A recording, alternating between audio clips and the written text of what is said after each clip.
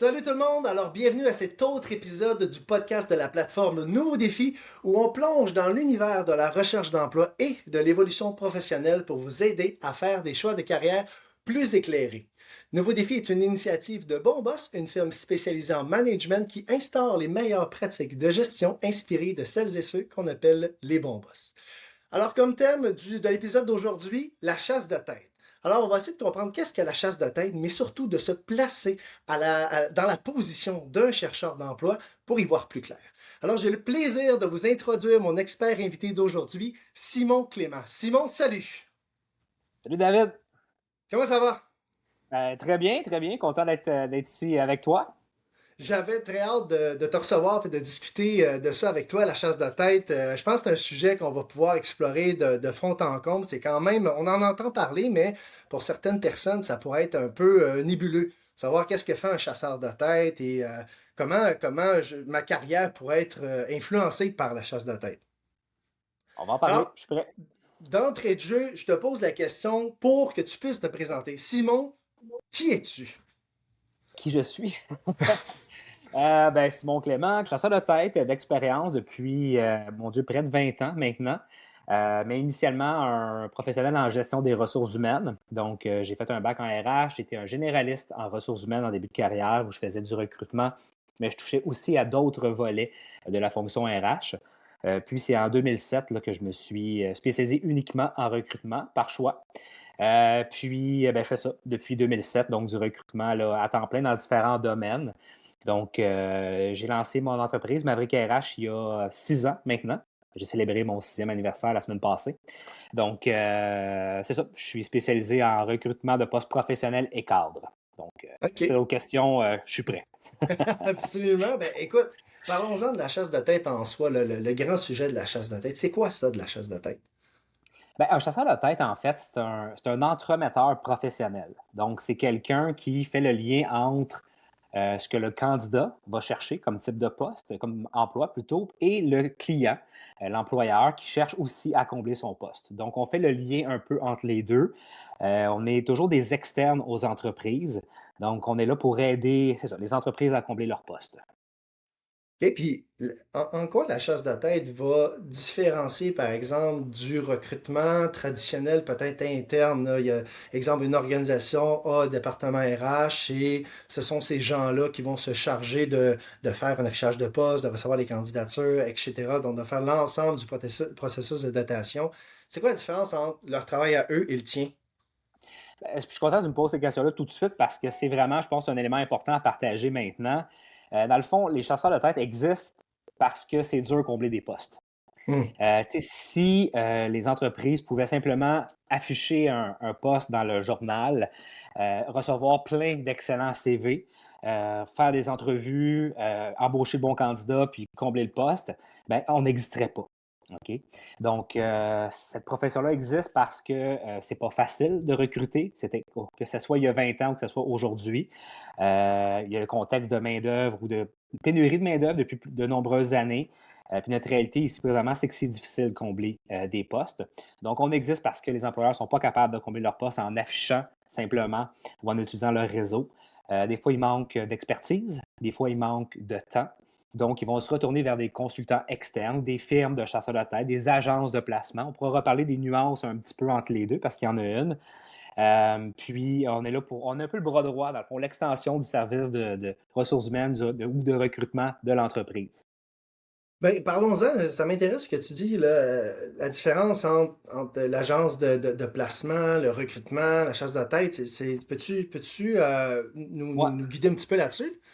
Un candidat ne faut pas toujours voir la différence dans le sens quelqu'un qui travaille dans une agence de placement va peut-être s'identifier comme un chasseur de tête. Un chasseur de tête peut dire qu'il travaille pour une firme de placement.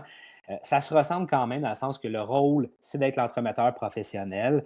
Dans certains cas, il y a des agences de placement qui vont des relations non exclusives avec le client. Là, je suis dans les détails pas légaux, mais plus contractuels, mettons, comment ça fonctionne. Donc, ils vont essayer de.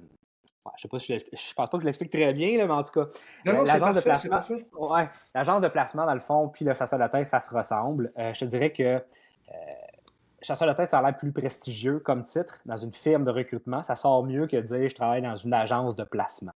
Souvent, OK. on va identifier les grosses firmes d'agences de placement qui font du volume, qui vont embaucher plein de postes moins spécialisés, par exemple. Mais c'est aussi des fois des professionnels, quand même, qui vont combler des postes, mais pas dans une relation exclusive avec le client.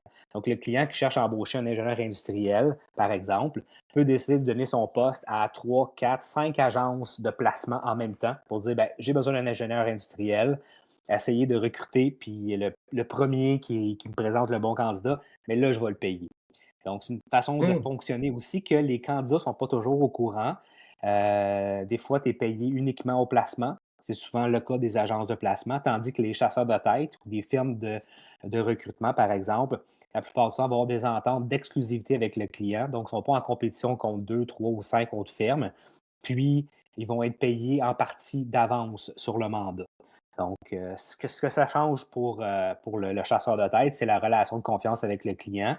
Puis on n'est pas en mode vitesse. Genre, vite, vite, vite, on a 48 ou 72 heures pour présenter des candidatures. On veut trouver la bonne personne pour combler le poste. Donc, j'ai travaillé dans les deux, autant en agence de placement qu'en firme de recrutement dans ma carrière. Fait que je pourrais toujours te parler des distinctions, mais ça affecte beaucoup le quotidien du recruteur, mettons. OK. OK. Puis, dans ta pratique, ce que j'en comprends, là, la chasse de tête va couvrir un ensemble de domaines là, pour un paquet de métiers ou de professions différentes.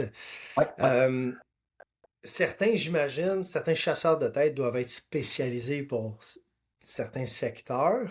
Oui, tout à fait. Euh, Toi, c'est quoi tes secteurs de prédilection? Oui. Ben, écoute, je vais encore là, rapidement, en quelques secondes, je vais te dire un peu mon background, mais ça va expliquer mon expertise, mais aussi celle de d'autres recruteurs ou d'autres agences de placement, par exemple. Quand j'ai commencé en 2007, je travaillais pour une firme de recrutement qui était spécialisée en informatique. Donc, je ne faisais que des postes en informatique, des postes en consultation et aussi des postes permanents. Il y a aussi des distinctions importantes dans la business du contractuel versus des postes permanents. L'autre détail que les candidats ou chercheurs d'emploi ne sont pas toujours au courant. Euh, j'ai fait ça pendant 9 ans, grosso modo, uniquement en informatique.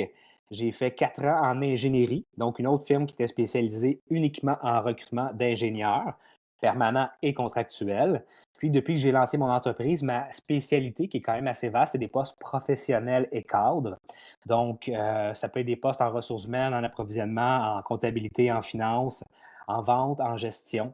Donc, c'est assez varié. Je fais aussi des postes en ingénierie et en informatique, mais je ne ferai pas des postes, exemple, de charisme ou de journalier. Donc, je vais aller chercher souvent des gens qui existent sur LinkedIn, par exemple. Donc, un journalier n'a pas nécessairement un profil actif sur LinkedIn. Puis moi, c'est vraiment mon jardin ou mon espace de prédilection pour dénicher des bons candidats. OK. Donc, ça, c'est mon expérience rapidement, mais il existe des firmes de recrutement spécialisées uniquement dans des postes en finance. Il y en a qui sont uniquement dans des postes d'exécutifs. Donc, des salaires, exemple, en haut de 200 000 par année.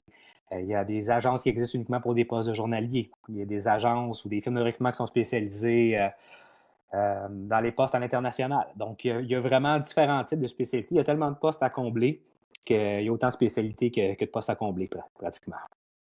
OK. Puis, parce que bon, tu couvres quand même différentes spécialités, si on veut, là. Comment Ouais. tu fais pour recruter un candidat pour ce genre de spécialité-là?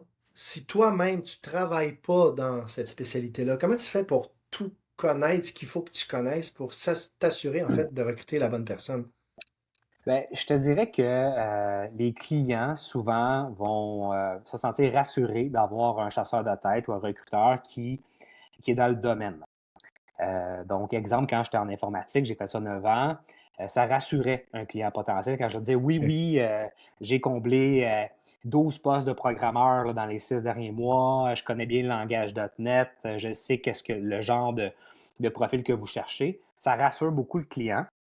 Dans le cas du candidat, ça ne change pas grand-chose nécessairement pour lui, puis il ne saura pas de toute façon si le recruteur qui l'approche, c'est un expert ou il connaît un peu moins le secteur. Mais la réalité, pour répondre à ta question, c'est que personnellement, je trouve que ça ne change pas grand-chose. Dans le sens que quand tu as la bonne approche, dans mon cas, j'essaie d'avoir une approche très humaine, très audacieuse, créative pour susciter de l'intérêt auprès des candidats, que je sois que j'ai un 9 ans d'expérience en informatique, que j'ai 4 ans en ingénierie, que j'ai fait des postes en ressources humaines dans les derniers mois. Ce qui est important, c'est d'avoir le bon fit pour le candidat puis pour le client. Donc, tu sais, quand j'ai, tu sais, je ne suis pas un informaticien, là, même si j'ai fait 9 ans en informatique. Donc, puis je ne suis pas ingénieur non plus, même si j'ai fait 4 ans en ingénierie. Donc, tu sais, il y a certains types de postes, évidemment. Pourquoi? C'est pas juste de rassurer le client, c'est d'avoir un réseau. Bon, ça, c'est un autre élément qui va souvent rassurer des clients. Puis c'est des questions que je me fais demander souvent. Mettons, je me fais référer, bon, j'ai un poste à combler. OK, as-tu fait ça, toi, récemment, des postes en approvisionnement? Parce que ça, nous, c'est ce qu'on a de besoin. Tu sais. Bah, oui, j'ai fait 2 postes en approvisionnement l'année passée. Tu sais. Ah, OK, bon, là, on est rassuré. Si je lui dis, ben non, j'ai jamais fait de poste en approvisionnement, je vais dire, OK, mais j'aimerais bien avoir un recruteur qui a déjà comblé des postes en approvisionnement. Mais en même temps, quand tu as la bonne approche, il y a une partie de l'information qui vient du client aussi qui va te dire un peu le genre de profil que tu cherches. Euh, fait que, je peux prendre l'exemple de si tu es un bon vendeur, tu peux vendre un peu n'importe quoi. Ben, si tu es un bon recruteur, sans dire que tu peux recruter n'importe quoi, tant que ton approche est bonne et que tu cibles les bons endroits, je pense que tu es en mesure de bien faire ton travail. Là. Et tu parles des bons endroits. Comment tu fais pour savoir dans le fond, si c'est le bon endroit que tu es en train de cibler? Parce que, bon, on peut penser à LinkedIn, là, que tu peux aller Ouais. cibler des gens directement dessus, mais c'est pas le seul canal, j'imagine, que tu utilises. Comment tu fais pour trouver la bonne personne? Tu t'y prends comment? Ben, je vais encore là. Là, il faut que je sois honnête, all right? C'est ça le but du podcast. Ah, c'est de dire Idéalement, les. idéalement. Fait que là, je dis mes secrets, là. Mes secrets, puis ceux de ma Mais t'es pas obligé de profession, dire des là. secrets professionnels là, qui Non, font ta recette à toi, là, tu non, sais. non, mais Mais regarde, je vais être transparent, puis je veux t'en dire le plus possible. Je pense que ça va être juste intéressant, puis je vais peut-être venir irriter des compétiteurs qui vont dire Hey, dis pas des affaires de même, là, tu sais, mais.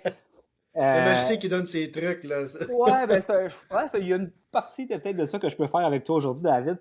Mais dans le fond, c'est qu'effectivement, un recruteur ne va pas dire non, nous, on va pas juste sur LinkedIn, on va pas juste afficher le poste, on a notre réseau qu'on entretient. Fait qu'on connaît très bien ce secteur-là. Puis, tu sais, pas on sollicite, mais on entretient notre réseau. Fait qu'on a des gens de contact qui sont pas affichés nulle part. Puis que, tu sais, on a notre Rolodex. C'est super old school, comme, évidemment, le Rolodex, ceux qui ne savent pas c'est quoi, vous irez voir sur Internet. Là, dans l'ancien temps de la chasse de tête, il y avait des flippers de contacts sur les bureaux. Fait que cette espèce, c'est très old school, la chasse de tête. Fait que ce discours-là, surtout dans la chasse de tête exécutive, là, des postes à 200 000 et plus, là, c'est toujours le discours des chasseurs de tête exécutifs. On dit, ah, nous, on a vraiment un réseau de contacts très, très fort dans ce secteur-là précisément. Puis on a comblé des postes récemment pour des grosses compagnies. Fait que là, les clients semblent vraiment rassurés. Mais après ça, le recruteur, la plupart du temps, hein, pas tout le temps, mais la plupart du temps, ben, il va aller sur LinkedIn. Parce que c'est la place pour chasser. Et puis là, je parle de postes professionnels, évidemment Ouais. toujours. Mais tu sais, quand j'ai nommé tantôt des postes en ingénierie, marketing, ressources humaines, approvisionnement, finance, comptabilité, 95% des candidats ont leur profil d'ouvert sur LinkedIn qui est à jour. Puis c'est toujours la première chose qu'on va faire. Parce qu'un chasseur de tête, qu'il soit en agence ou en firme de recrutement, il veut combler le poste le plus vite possible. Évidemment, il ne veut pas que le processus s'étire pendant des mois et des mois. Fait que la plupart du temps, c'est ce qu'il va faire en premier. Après ça, si jamais LinkedIn ne fonctionne pas, puis tu peux faire 1, 2, puis 3, puis 6 rondes de recrutement pour vraiment aller en profondeur sur LinkedIn, tu vas peut-être aller dans d'autres endroits pour chasser, faire avec des moteurs de recherche comme Google pour aller trouver des candidats ailleurs, trouver des associations, euh, pour trouver des candidats qui ne sont pas sur LinkedIn, par exemple. Tu peux faire des ads aussi sur Facebook pour trouver des profils. Mais quand tu es rendu là, tu es dans le pétrin un peu. Dans le sens que tu as OK. épuré tout ce qu'il y avait sur LinkedIn. Évidemment, je parle de mon expertise pour des postes professionnels. Je parlais tantôt que du recrutement de journalier, par exemple, ou même un électromécanicien, je ne serais peut-être pas le bon chasseur de tête pour combler un poste comme ça parce que je pense qu'un électromécanicien sur deux n'a pas de profil actif sur LinkedIn. Fait que, veux pas, c'est ce que je dirais à un client qui me dirait Peux-tu m'aider avec un électromécanicien? Je dirais Je ne suis peut-être pas le bon profil parce que je vais passer à côté de la moitié des candidats potentiels. T'sais, fait qu'on peut essayer, mais je n'aurai pas toute la cible. T'sais. Donc, parce que oui, il y a des pages Facebook sur les électromécaniciens, puis tu peux faire une recherche d'entreprise pour dire où sont les électromécaniciens dans la région ciblée, puis après ça, appeler individuellement ou écrire, puis essayer de parler aux électromécaniciens en place. c'est très old school aussi, cette façon-là, puis je l'ai déjà fait aussi vraiment prendre le téléphone puis appeler directement dans l'entreprise, mais c'est super rare. C'est super rare que je fais ça, puis c'est super rare que ma compétition fait ça aussi, parce qu'avec LinkedIn, qui existe depuis, en tout cas, que j'utilise depuis 2007, c'est vraiment très efficace, puis les candidats sont là. Donc, c'est ça. Longue réponse à ta Puis, question, mais je sais pas, je me suis égaré, là, mais ben non, non, non, c'est parfait. C'est une bonne question parce que, bon, LinkedIn est un gros bassin de ouais, gens actifs au travail ouais. et tout. Fait, ça donne un petit peu l'aperçu de ce qui se passe. Puis, les gens que tu cibles, comment tu fais pour savoir que c'est un bon candidat pour ton client? Ben, je le sais pas. Je le sais pas parce que, bon, en tout cas, dans la très grande majorité des mandats que j'ai, souvent, je vais avoir évidemment une discussion avec le client, qui est soit quelqu'un aux ressources humaines, qui est le supérieur immédiat, qui est le propriétaire de l'entreprise, par exemple, qui me dit, euh, bon, exemple, je vais prendre un exemple que j'ai présentement. J'ai un client qui cherche un comptable, un CPA, ou quelqu'un qui est un futur CPA, donc qui est candidat à la profession, profil un peu junior. Fait que, tu sais, j'ai le descriptif de poste, j'ai le salaire, j'ai le niveau de la formation requise pour le poste, le niveau d'anglais, français, l'échelle salariale, les connaissances technologiques. Et j'ai aussi, ça, on est plus dans le savoir puis dans le savoir-faire, mais le savoir-être. Bon, là, j'ai une personne qui est très, tu sais, qui a de l'ambition. Tu sais, c'est un petit bureau, on veut du monde qui ne vont pas juste faire leur petit job tranquille. On veut du monde qui ont l'ambition puis qui veulent se développer puis qui éventuellement pourraient devenir associés dans l'entreprise. Tu sais, on veut des gens qui travaillent bien en équipe parce qu'on a un petit bureau. On veut des gens qui sont très axés vers les technologies parce que ça fait partie de notre réalité. C'est comme, OK, intéressant. Fait que ça, c'est le savoir-être. Mais ça, on ne le voit pas sur LinkedIn, là. On ne sait pas si la personne, elle aime les technos ou non, si elle travaille bien en équipe ou non, c'est un introverti, un extraverti. Donc, tu sais, c'est un peu. Euh, ben, c'est ça. C'est pas, on parlait de magie tantôt, là, c'est un coup de baguette, là, mais tu sais, on lance nos hameçons à l'eau. En fait, c'est ça la réalité. Puis, évidemment, quand il y a de l'intérêt des candidats, puis on parlera du processus par la suite, c'est en jasant avec eux qu'on peut voir s'ils cochent les cases de la liste d'épicerie du client, là. Puis, tu parlais de savoir-être, savoir-faire, ce genre de Mhm. choses-là. Est-ce que Ouais. c'est variable pas d'un candidat à un autre, mais tu sais, d'une demande de client à un autre, puis à quel point, pardon, à quel point ce genre de savoir au pluriel-là est important dans ton processus ou puis comment toi tu es capable d'aller chercher. Tu sais, le savoir-faire, j'imagine, bon, ça paraît un peu sur le CV, là, mais le Ouais. savoir-être en entrevue, ce genre de choses-là, comment tu t'y prends? Ben, c'est différent pour les clients parce que ça dépend du besoin. Tu sais, dans certains cas, on va vouloir. C'est très différent, puis ça, c'est correct. Je veux dire, on cherche toujours certains types de profils pour nous aider à évoluer. Je parlais de profils, puis gars, je vais prendre un exemple très simple qui est plus une question de personnalité. Des introvertis puis des extravertis. C'est deux types de personnalités qu'on connaît. Tu sais, puis je dirais que l'extraverti, qui n'est pas mieux que l'introverti, mais quand même plus souvent demandé de la part des clients parce qu'on veut des gens qui vont. Puis l'extraversion donne l'impression d'être parfois plus axée sur le travail d'équipe, la communication, la collaboration, que la personne qui est plus introvertie, qui est un peu plus dans sa bulle. Tu sais. Mais ça peut arriver qu'un client me dise ben moi, je veux quelqu'un, on a pas mal justement d'extravertis, je veux quelqu'un plus low-key, tranquille, qui fait ses petites affaires, puis qui va pas lui aussi l'embarquer, puis faire la folie dans le bureau. Fait que, bref, c'est différent pour chaque client. Donc, c'est une info que je ne verrai pas sur un profil LinkedIn, mais que durant mes discussions avec le candidat, parce que ça fait partie de ma réalité, évidemment, outre la chasse puis de sélectionner les candidats potentiels, il y a l'entrevue avec le candidat pour voir s'il y a un fit entre, en fait, avec le client. Tu sais. Donc, c'est toujours, je parlais tantôt, David, de c'est quoi un chasseur de tête, c'est un entremetteur. Tu sais, le candidat, Mhm. il y a une réalité, il y a qu'est-ce qui l'intéresse, qu'est-ce qu'il veut, puis il y a le client, puis ce que je veux, c'est faire le fit entre les deux. Fait que c'est vraiment ma réalité. C'est un peu comme le dating, là. Puis ça existe, une vraie profession là, d'essayer de Ouais. présenter un gars et une fille célibataire. Puis le gars, la fille, ils ont des attentes. Là, ils Ah ont des ouais. listes d'épicerie de qu'est-ce qui est obligatoire, puis qu'est-ce qui est un nice to have, puis qu'est-ce qui est bah, peut-être moins important. T'sais. Fait que des fois, ça fait parfait, des fois, ça fait moyen, puis ben, des fois, ça fait pas pantoute. Ça, c'est la réalité. Mais l'analogie est intéressante parce que c'est un peu ça quand même. T'sais. Le client, il sait ce qu'il veut. Des fois, le client est trop exigeant pour ce qu'il veut, pour ce qu'il veut payer, par exemple. Le candidat peut être trop exigeant aussi sur ses attentes parce qu'il est super bien dans sa job puis il veut vraiment avoir le tapis rouge qui est déroulé pour changer de job. Fait que des fois, les fits se font juste pas. Mais c'est difficile parce que dans notre domaine, c'est des humains. C'est des humains. Ouais. Puis non, il n'y a pas juste le fait qu'un fit ne se fait pas là, il y a dans le temps également. Donc, quelqu'un pourrait dire qu'il n'est pas intéressé du tout dans un mandat, dans un poste potentiel, parce qu'il est très occupé dans son projet qu'il fait présentement, mais 6 mois plus tard, la réalité change, il y a un nouveau patron en place, il y a un moins bon fit, il va être plus ouvert à une nouvelle opportunité. Donc, c'est ça. C'est la réalité et la joie de la chasse de tête, là. Les gens qui t'approchent sont-tu majoritairement des gens en poste? J'imagine quand même, ça. Oui, C'est pas. Est-ce oui, que c'est des gens qui. Parce que, tu sais, je pense pas que, malgré que sur LinkedIn, là, on peut ajouter une sorte d'image à sa photo de profil là, en open to recherche work. d'emploi, là. Tu sais, Ouais, open ouais. to work, c'est ça, ce genre de choses-là. Mais la majorité des gens, j'imagine, vont pas. C'est un peu passif, là. Ils vont peut-être Ouais. commencer à se dire, bah, je pourrais essayer de faire autre chose ailleurs, mais sans nécessairement l'afficher directement. Fait comment tu deals avec ça? Comment Ouais.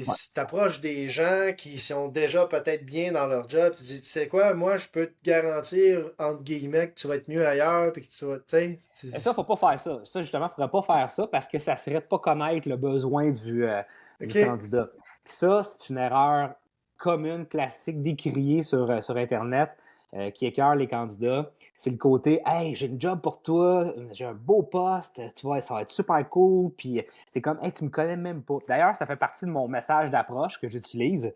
Encore là, je pourrais te dévoiler quelques petits trucs que j'utilise. Mais justement, je leur dis pas ça. Je leur dis pas, hey, j'ai une job écœurante pour toi, là, ça serait parfait. Puis c'est comme, hey, qu'est-ce que t'en sais, toi?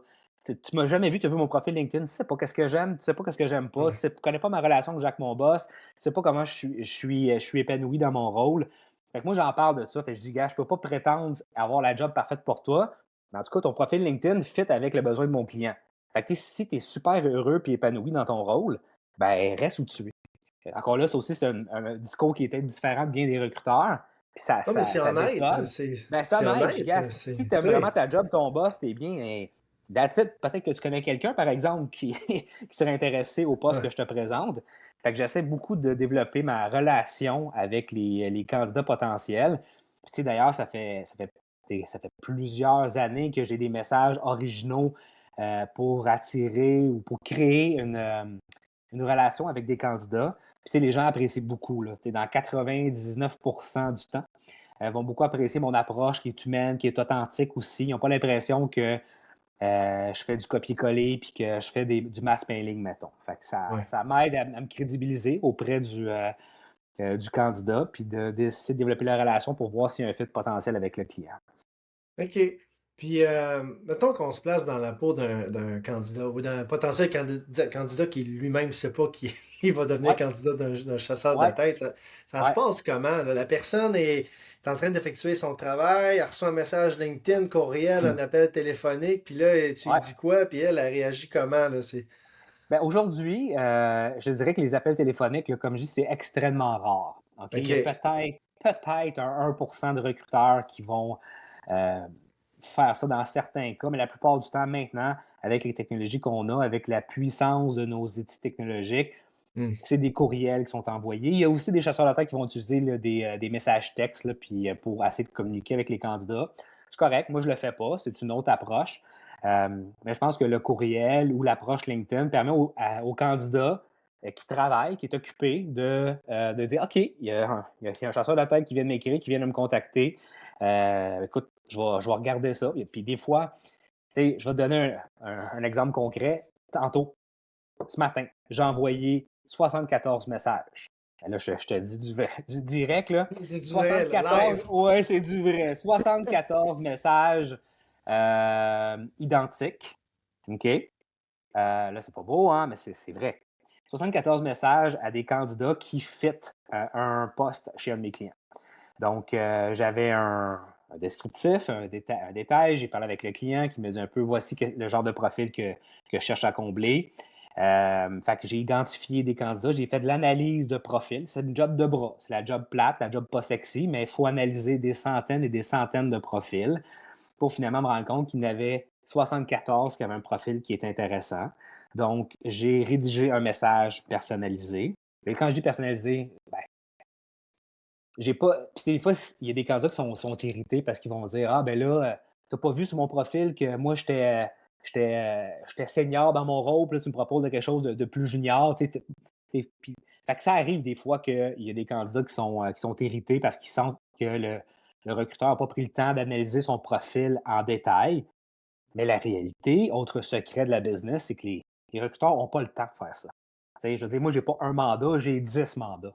Fait que si j'ai 10 mandats puis que j'analyse 300 profils pour un Par poste, ben, je vais en mandat. analyser 3000 pour 10 postes. Puis, tu sais, ça roule, là. Fait que, tu sais, c'est une grosse job de bras. Mais par contre, il faut faire attention. Il faut le faire comme il faut. Fait que, tu sais, il y a des fois, il y a des profils que je suis comme, non, tu sais, je vais prendre un exemple simple. Je cherche à combler, exemple, un poste de technicien en génie mécanique. Puis là, j'ai des candidats qui ont été ingénieurs dans leur pays, qui arrivent ici au Canada, ne sont pas encore membres pardon, de l'Ordre des ingénieurs du Québec. Mais tu sais, on cherche un poste de technicien, mais lui, c'est un ingénieur dans son pays. Fait que je suis comme, ah ben, peut-être que ça. Puis honnêtement, ça arrive. Peut-être que ça peut marcher qu'un rôle de technicien, ça va faire son affaire. Fait que là, je vais identifier des profils. Puis là, ma job d'analyse est encore plus compliqué dans des cas comme ça, mais ça arrive fréquemment.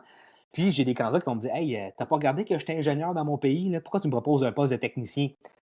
Ben, je m'excuse, mais ça aurait pu que le poste de technicien en génie te convienne parce que toi, tu as décidé que tu ne Ouais. voulais pas faire ta reconnaissance pour être reconnu par l'Ordre des ingénieurs du Québec, puis un rôle de technicien en génie mécanique, électrique, par exemple, te convient.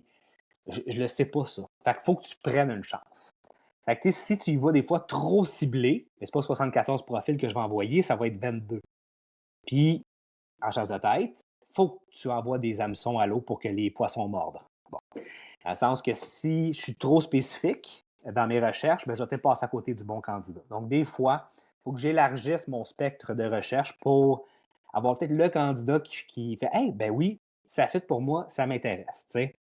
Ça arrive-tu des fois qu'il faut que tu, d'un bord ou de l'autre, là, que tu arrives t'essayes de convaincre soit le candidat que c'est vraiment quelque chose d'intéressant pour lui, ce que l'entreprise offre, ou inversement, tu dis à ton client, regardez, là, je sais que il cochait pas toutes vos cases, là, en c'est théorie, clair. là, mais c'est franchement un candidat intéressant, vous devriez Oui, vraiment, tu sais, ça arrive-tu? Puis si oui, oui, est-ce que oui. c'est fréquent quand même? Euh, ben, je dirais que oui, quand même, parce OK? que les profils parfaits, c'est rare.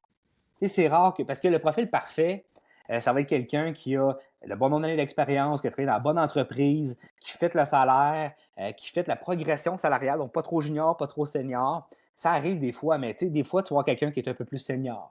Tu dis, ah ouais, mais lui, il a pas trop d'années d'expérience. Tu vois quelqu'un qui n'a pas le bon niveau de langue non plus, tu sais, qui va chercher Hmm. quelqu'un de parfait bilingue. Lui, il dit qu'il est avancé en anglais, il n'est pas parfaitement bilingue. J'ai besoin de quelqu'un qui est 10 sur 10. Ouais, mais as-tu vraiment besoin d'un 10 sur 10 ou quelqu'un qui est 8 sur 10 en anglais peut faire l'affaire, gars, jase-y, puis tu verras, moi j'y ai parlé, il se débrouille. Tu sais, fait que des fois, à plusieurs égards, il faut négocier, argumenter, discuter. Mais ça se fait, c'est différent pour chaque recruteur. Ça dépend du client, de la relation que tu as avec le client. Dans certains cas, tu peux challenger plus facilement parce que tu as une relation plus privilégiée avec le client. Mais tu vas aussi avoir des fois à discuter avec des candidats. Moi, j'ai un exemple qui me vient en tête. J'avais un beau poste de directeur recherche et développement. Je cherchais un profil d'ingénieur pour un client sur la rive sud. Puis, rive sud de Montréal, là, je vais le préciser. Là. Puis, tu sais, j'ai eu puis, tu sais, c'était difficile de combler ce poste-là.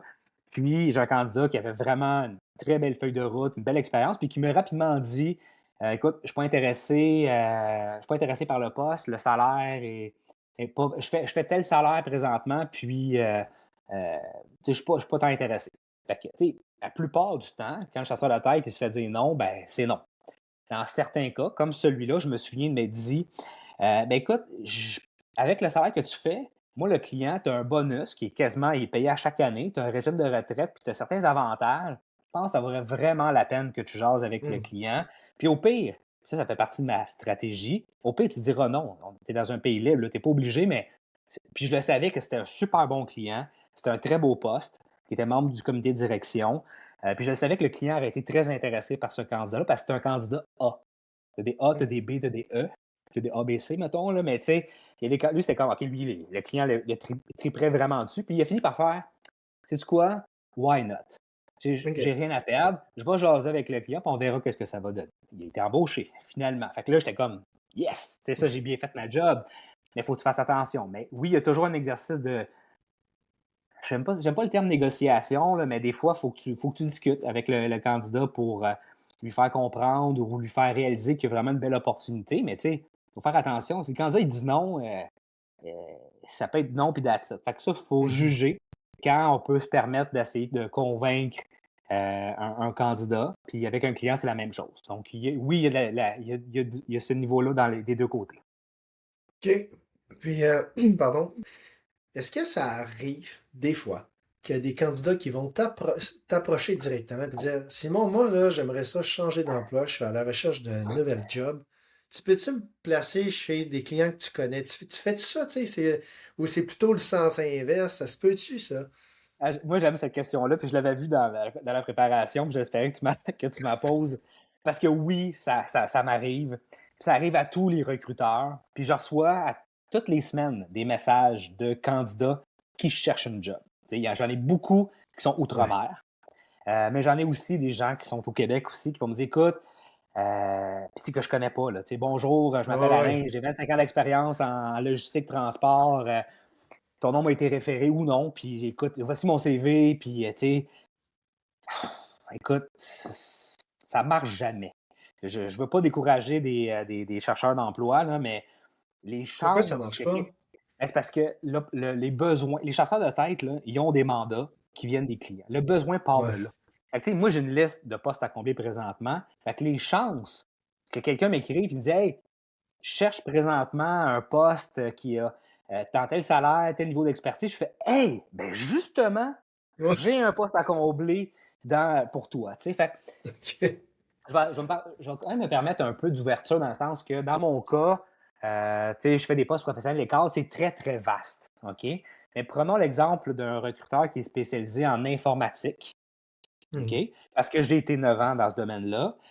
Puis que qu'il y a un candidat qui cherche une job, puis lui, exemple, c'est un technicien informatique niveau 2.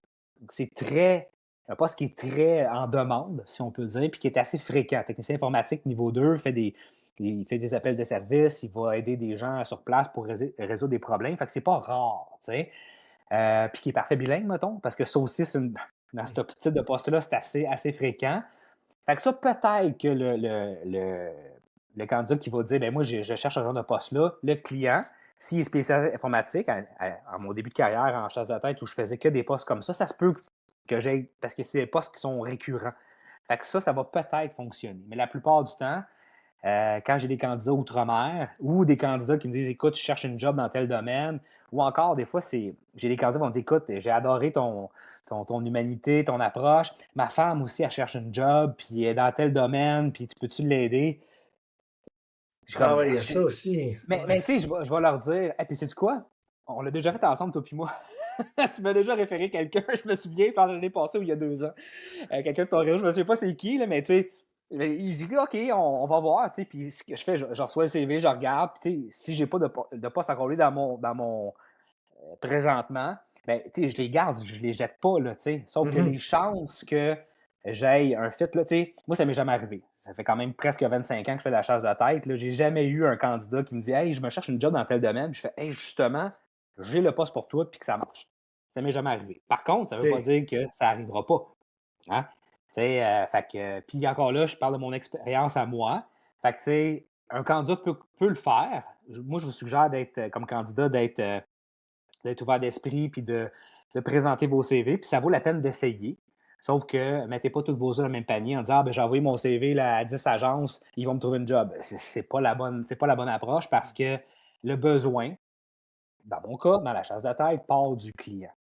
Par contre, si le candidat il applique sur un poste directement chez un client, bien là, il y a un poste ouvert. Là. Fait que là, ça fait. C'est complètement différent. Mais juste contacter un recruteur pour lui dire Hey, je me cherche une job, c'est pas suffisant. Mais justement, qu'est-ce qu'un candidat pourrait faire pour essayer de se montrer un petit peu plus là, sur le marché, s'il est intéressé, lui, à se faire chasser, puis, tu sais, Ouais.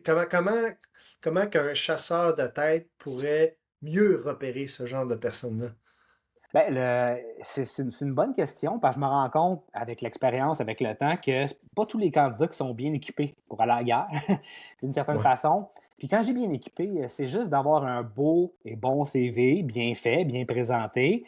J'ajouterais aussi une bonne page LinkedIn également, parce que, évidemment, dépendamment des postes dans lesquels tu travailles, mais Mais il y a attends, du monde qui n'a pas de excuse-moi, c'est page. quoi ça? Ah, vas-y. C'est quoi pour toi une bonne page LinkedIn? Ah, Concrètement, ben, là, peut-être c'est plus spécifique avec ce que tu fais, là, mais tu sais, ça a l'air de quoi? Ben, c'est qu'en fait, une page LinkedIn, c'est un peu une version abrégée de ton CV. Donc, OK. un bon profil LinkedIn, c'est que si, exemple, moi, je suis chasseur de tête, j'ai un poste à combler, puis que je cherche un ingénieur mécanique, puis que j'écris ingénieur mécanique, puis ton profil, il sort pas. C'est parce que tu n'as pas écrit que tu étais ingénieur mécanique depuis 6 ans dans telle entreprise, puis que tes responsabilités, c'était ça, ça, ça, ça, puis ça. Tu n'as pas écrit que tu avais étudié à l'ETS, puis tu avais gradué en 2016. Tu sais, faut que tu complètes un peu. Mon profil LinkedIn, c'était ton CV avec un peu moins de détails. Mettons, tu ne mettras pas tes Mhm. passe-temps, bon, en tout cas, tu peux le faire aussi, mais il faut que ça soit clair, il faut que tu aies une photo idéalement, parce que ça t'aide à te démarquer de la compétition aussi, tu sais. Fait que, quoi que la photo, je sais pas à quel point ça peut faire une différence. Moi, en tout cas, de mon côté, je vais quand même contacter le candidat qui a une photo ou non. Mais tu sais, tu essaies de te mettre en valeur, tu sais. Fait que, un CV qui est bien présenté, d'être aussi, ça c'est un détail qui est très important. Moi, des fois, je contacte des candidats, puis je reçois des fois des messages. Ah oui, je suis intéressé par le poste. Oui, mais je t'ai contacté, ça fait 9 mois. Le poste est comblé depuis. Fait que Ouais. des fois, tu peux avoir une belle page LinkedIn, puis un beau CV. Mais si tu ne vois pas, arrange tes notifications pour que si quelqu'un t'écrive sur LinkedIn, tu reçoives un courriel ou va sur LinkedIn sur une base régulière. Moi, c'est mon outil de travail. C'est sûr que je vois tous les jours. Si tu es en recherche d'emploi ou que tu es juste ouvert, c'est peut-être normal que tu n'y ailles pas, mais mets tes notifications à jour parce que, tu sais, comme là, tantôt, là, comme je te disais, j'ai contacté 74 candidats. Il y en a plein qui ne me répondront pas, ou il y en a qui vont me répondre dans 3 mois puis dans 4 mois. Mais moi, ce que je vais faire, parce que je veux combler mon poste le plus rapidement possible, après notre enregistrement, je vais aller voir les gens qui m'ont répondu, puis ceux qui m'ont dit Hey, je suis intéressé, ben, je vais leur appeler, je vais les appeler tout de suite. Celui qui me répond dans 2 semaines, ça se peut que je dise ben, il y a déjà eu 3 candidats intéressants présentés au client. Présentement, le recrutement est en stand-by. Ah, OK, tu sais. Fait qu'il y a beaucoup, puis ça, c'est quelque chose que je remarque, il y a beaucoup de candidats, qu'importe le secteur d'activité, qui sont pas assez assidus sur leur LinkedIn ou sur leur courriel aussi. Des fois, moi, je contacte aussi des fois des candidats par courriel, mais qui répondent 2, 3 semaines plus tard. Ça va vite, là. T'sais. Fait que oui, des fois, un poste peut être très long à combler, mais idéalement, il faut que tu sois plus rigoureux à répondre à tes messages. À quel point justement ça se comble vite un poste qui est, dans le fond, un mandat que tu reçois toi en tant que chasse de tête. Là, tu sais, pour les gens qui nous écoutent, là, qui se disent Ah Ouais. ben, tu sais, j'ai peut-être une semaine ou deux pour répondre justement. C'est quoi le conseil que tu aurais à donner en termes de réactivité pour la réponse? Ben, je te dirais toujours d'être le plus rapide possible, mais chaque client a son niveau de vitesse. Tu sais, il y a des clients que Ouais. ça peut prendre. Mais tu sais, de façon générale, puis c'est une question qu'un client va me demander à moi, mettons, qui ne sait pas s'il veut travailler, collaborer avec moi, puis versus d'autres chasseurs, me dit Toi, Simon, combien de temps ça te prend à combler un poste? Écoute, je peux te dire que ça va prendre 3 à 4 semaines. Je peux te dire que ça va prendre 6 semaines. Je peux te dire que ça va prendre un an. Ça dépend de ce que tu veux entendre. Ça dépend à quelle vitesse tu es réactif. Ça dépend de ton processus. Il y a plein d'éléments que je ne contrôle pas. Fait que, tu sais, oui, de façon générale, entre 4 à 6 semaines, tu as des candidats qui sont présentés, qui sont qualifiés, qui fait bien pour le poste.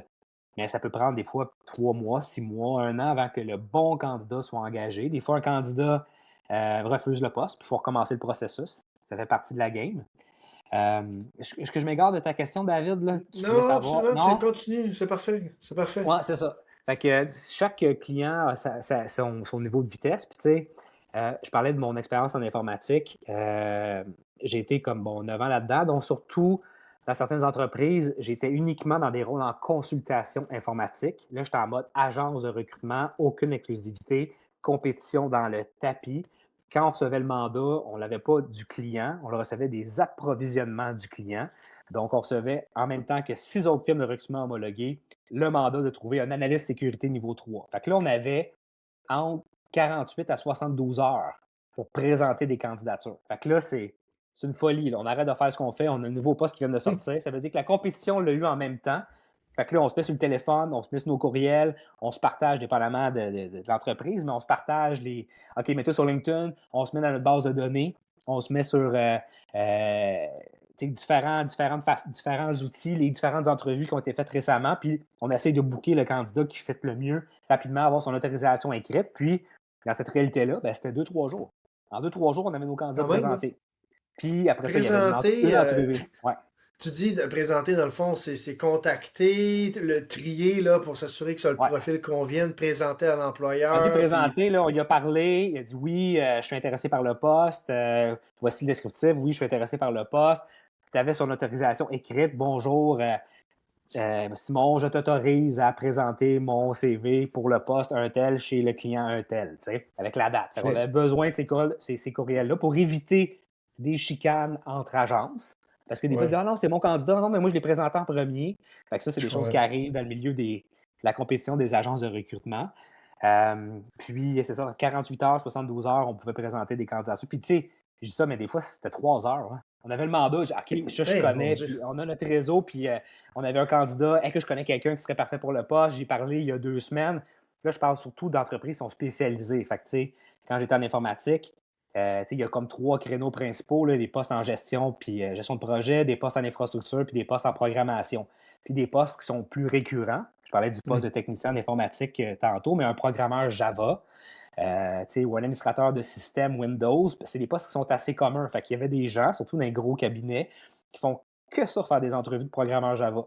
Donc, s'ils font que ça, puis ils rencontrent, puis ils ont des objectifs de vente, parce que c'est très, très cash-oriented, le milieu des agences de recrutement. Il faut qu'ils fassent 10 entrevues par semaine de candidats potentiels. Fait qu'ils rencontrent des programmeurs Java, ils rencontrent 10 par semaine, 40 par mois. Puis, quand il y a le poste qui sort, il faut qu'ils disent OK, ben là, j'ai lui qui est bon, qui a travaillé dans tel type d'environnement, qui a tel type de technologie qui fit avec le client du besoin, il fit avec le salaire, le niveau de langue, la proximité, parce que la géographie, c'est un élément, l'aspect géographique, c'est un élément important également. On l'appelle, on le gèle, on le présente. Il faut faire ça le plus vite possible parce que dès que c'est fait, ben, le processus s'enclenche avec le client, ils vont faire les entrevues. Si tu prends trop de temps, ben, tu manques le train. OK, fait qu'on peut parler de genre 24-48 heures, puis c'est pas mal cadré pour la première phase, là. Ouais, mais ça, c'est. Oui, effectivement. Puis là, après ça, tu arrêtes. Là. Je veux dire, le mandat, il est sous contrôle pour le moment. La prochaine étape, ça va être de, Ouais. si le candidat est retenu, de le préparer pour aller en entrevue chez le Ouais. client. Mais là, on parle d'une réalité là, où on est en mandat de consultation et non pour des postes permanents. Fait que c'est pas la même OK. réalité. On parle de Ah mandat non, de 3 pourquoi? mois, 6 mois. Euh, c'est très business comme question. OK. En informatique, au Québec, ça fonctionne beaucoup comme ça. Je parle dans les grandes entreprises OK. qui ont des besoins, puis sans les nommer, j'ai eu comme client des institutions financières, par exemple, qui, eux, ont des Hmm. départements de consultants où ils ont 6, 7, 800 consultants en place dans l'entreprise. Donc, quand je dis que c'est business, c'est que l'entreprise a décidé de ne pas avoir des employés permanents pour ce type de besoins-là, mais là, ils ont des besoins ponctuels pour des projets informatiques. Donc, ils ont besoin d'un un programmeur ou d'un analyste en sécurité pour un mandat de 9 mois, par exemple, chez le client. Ils ne veulent pas quelqu'un de permanent, ils veulent un consultant. Hmm. Donc, ils vont embaucher la personne via une firme de recrutement qui ne sera pas sur le payroll de l'entreprise, mais c'est la firme de recrutement qui va payer cette ressource-là, puis va charger un frais pour se faire un beau profit sur le consultant. OK. C'est Ouais. intéressant, ça, je savais pas. OK. Puis Ouais, c'est une ça arrive-tu folie. des fois que les. C'est une folie, ça. Ouais, je. C'est une folie, ce genre de Ouais. business-là. J'ai fait ça longtemps. Euh, mais c'est ça. Ça existe encore. Là. C'est très. Tu sais, des firmes de recrutement en informatique, en recrutement en informatique à Montréal, il y en a plusieurs, puis c'est très compétitif comme Ouais. secteur, comme milieu. Je suis content de pas être dans ce domaine-là. Mais ça, c'est ma petite confidence personnelle du jour. Là. Mais est-ce que ça peut arriver je sais pas, tu prends un mandat, tu t'approches quelqu'un qui a déjà une job à temps plein Ouais. pour contrat temps partiel, puis qui Hmm. accepte, puis qui dit, ou bien, tu sais, je vais garder ma job, je pars, je sais pas moi, une sabbatique un an, je vais faire ça, je Ouais. reviens, ou c'est. Tu sais, le candidat, lui, pour un contrat temps partiel, peut-être c'est moins intéressant, là. Ben, non, temps partiel, c'est très rare. Très, très Ouais, rare, ok. là, dans le sens que, tu sais, les clients, moi, je fais pas ça, honnêtement. Puis Ok. c'est très peu demandé sur le marché. Il peut y avoir des besoins ponctuels, genre j'ai besoin de quelqu'un pour quelques semaines ou un contrat de 6 mois, par exemple. Mais tu sais, dans mon cas, en tout cas en ce qui me concerne, des postes temps partiel, c'est super rare qu'on a ces besoins-là. Il faut oublier aussi qu'un chasseur de tête ou une agence de placement coûte cher. Donc, souvent, l'entreprise va donner ses besoins à des chasseurs de tête, à des externes comme moi, pour des postes clés, postes permanents aussi. Donc, payer un frais de chasseur de tête pour un mandat temps partiel, c'est très rare. OK. Puis, à quel point les gens peuvent être, je sais pas, mal à l'aise de se faire approcher par des chasseurs de tête? Est-ce que ça arrive, ça? Oui, Ouais? oui, quand même, ouais, ouais. Mais je te dirais que ça C'est dépend quoi un les peu de ton approche raisons de... aussi. Ah, ben là, j'étais à job, là. Tu sais, je cherche pas de job, je veux pas. Puis, tu sais, des Ouais, fois, veux pas tu se sais, mettre dans le pétrin, tu sais, veux pas, c'est sûr, là. je te disais au début de l'enregistrement que les appels téléphoniques, c'était super rare, mais ça a été un des premiers mandats que j'ai fait quand je suis rentré, quand j'ai fondé Maverick RH. J'ai fait un mandat 3 semaines chez un client en présentiel, dans le temps que ça se faisait encore. C'était juste avant la pandémie. Puis, quoi qu'elle venait de commencer, j'ai lancé ma business un mois avant que la pandémie nous frappe. Mais bref, puis là, il fallait que j'appelle du monde. Ma job, c'est comme, OK, tu trouves des candidats, puis tes appels. Je suis comme, ah, des appels, hein, comme dans le temps, le genre des années 2000, là, tu sais. Puis, mais tu sais, tu appelles la personne, oui, allô, oui, bonjour, je parle bien à Julien, oui. Oui, c'est Simon, je suis chasseur de tête, ça va bien? Oui. Écoute, je suis bien transparent, là, je sais que peut-être que je te dérange, mais tu sais, j'ai vraiment une opportunité qui pourrait peut-être t'intéresser. Tout moins, tu fais bien pour le poste. Est-ce que tu peux jaser quelques minutes? Non. Est-ce qu'on se veux-tu que je te rappelle plus tard? Oui. OK, bye. Fait que, tu sais, Ok, ce c'est bout-là, assez froid, là, le c'est gars, ça. ben, c'est parce que, tu sais, il est Ben, coupé dans le couloir, il est au bureau, son boss, il est là, des ben oui. collègues. Fait que, tu Il sais, s'attend pas à euh, ça, là. c'est ça. Fait que ça, je pouvais le vivre un peu plus, cette espèce de malaise-là des candidats parce que c'était un appel téléphonique. Sinon, Ouais. par courriel, euh, tu sais, à l'occasion, tu sais, moi, ce que je veux, c'est rejoindre les candidats. Tu sais. Fait que c'est sûr que avec LinkedIn, par exemple, c'est facile. Les gens ont eux-mêmes connecté leur device, leur cellulaire, ils reçoivent le message sur leur cellulaire, mais tu sais, des fois, ça arrive que moi ou d'autres recruteurs vont contacter la personne au courriel de sa business où il travaille. Mhm. Fait que, tu sais, Mhm. si tu écris un candidat, puis que lui, il travaille chez une compagnie XYZ, puis que j'ai écrit parce que c'est le courriel qu'il a mis dans son LinkedIn, puis qu'il reçoit le courriel, et ça peut être un peu plus délicat. Mais en même temps, c'est à lui de ne pas mettre son courriel professionnel sur LinkedIn s'il ne veut pas se faire contacter par des chasseurs de tête. Tu sais. Ouais. Fait que oui, il peut y avoir certains malaises, mais tu sais, c'est pas ce que le recruteur, lui, c'est pas ce qu'il veut. Là. C'est pas son objectif. Il veut mettre personne mal à l'aise. Ce qu'il veut, lui, c'est combler le poste de son client avec le bon candidat. C'est toujours l'objectif principal de ma job puis de notre profession. Ça t'as-tu déjà arrivé de, on va dire, protéger un candidat d'un mauvais fit avec l'employeur? Puis là, on parle pas d'un mauvais employeur ou d'un mauvais candidat, là, mais tu te dis, ah, finalement, à force de travailler le mandat, je me rends compte que c'est pas le bon fit. Puis est-ce que ça t'est déjà arrivé de conseiller peut-être à la personne d'aller vers une autre avenue de... C'est une bonne question. Puis je cherche dans ma boîte à souvenirs un exemple pertinent et concret. Ben, tu sais, le fait, je cherche toujours à le faire. Puis, tu sais, la réalité aussi, c'est que souvent, la business est très axée court terme. Dans le sens que tu veux combler ton poste, puis tu veux que la personne elle reste en poste, qu'elle fasse la garantie de 3 mois, on va dire, parce que tu as Mhm. souvent des garanties, Ouais. puis qu'après ça, tu n'as pas besoin de remplacer la personne, puis tu es correct, tu t'en laves les mains. Tu sais. Encore là, je dis des choses trop transparentes, mais c'est la réalité pareille du recrutement. On est là pour ça, Que là. Ouais, mais tu sais, tu veux que la personne elle soit heureuse, là, tu sais, puis qu'elle reste longtemps. Ouais. Puis, tu sais, moi, j'ai plein de gens que j'ai placés dans ma carrière sont encore dans leur même entreprise, qui ont progressé, puis ça me fait chaud au cœur, tu sais. Je reste personnellement un gars de ressources humaines, puis j'ai étudié dans ce domaine-là parce que je voulais que l'employé soit heureux puis épanoui dans son rôle. J'ai toujours Hmm. cru à ça, puis tu sais, c'est dans mes valeurs. J'aime vraiment que les gens sont bien dans leur rôle. Puis, tu sais, ce qui est délicat avec ta question, tes questions sont bonnes, David, c'est Ouais, que, merci. ouais, parce que, comme je l'ai dit un peu tantôt, subtilement ou pas trop subtilement, c'est très cash-oriented, la Ouais. chasse de tête. Fait que, tu sais, si, exemple, sauf que, tu sais, en même temps, J'ai pas d'exemple concret qui me vient en tête, là, je vais continuer d'y penser pendant que je réponds à ta Bon, non, mais question. ça, nécessairement, tu sais, si ça t'est pas arrivé, ça t'est pas arrivé, on veut Non, pas rien mais inventer, mais tu sais, je veux pas dire à un candidat, je veux pas presser le citron pour dire à un ouais. candidat, il faut que tu acceptes la job, c'est vraiment l'opportunité de ta vie, puis vraiment pour qu'il accepte. J'avais peut-être un peu plus ce mindset-là en début de carrière quand j'étais plus jeune et naïf, je dirais. Je pensais peut-être plus au court terme à ce moment-là, puis je pensais plus à ma commission que j'étais pour avoir quand j'étais pour placer la ressource. Sauf que ça, au final, tu réussis à convaincre le candidat, il fait la job, puis après 1 mois, 2 mois, il démissionne, tu te rends compte que ça ne donne rien parce qu'il faut que tu recommences le mandat, c'est pas cool. On y perd tout là-dedans, le client, le candidat, puis le recruteur aussi. Fait que je dirais que je suis beaucoup, beaucoup moins dans ce mindset-là aujourd'hui, heureusement. Je ne sais pas pour les autres recruteurs comment eux, ils vivent ça, mais normalement, ce qu'on veut, c'est bâtir des relations à long terme avec le candidat puis le client. Fait que ça, c'est ce qu'on veut.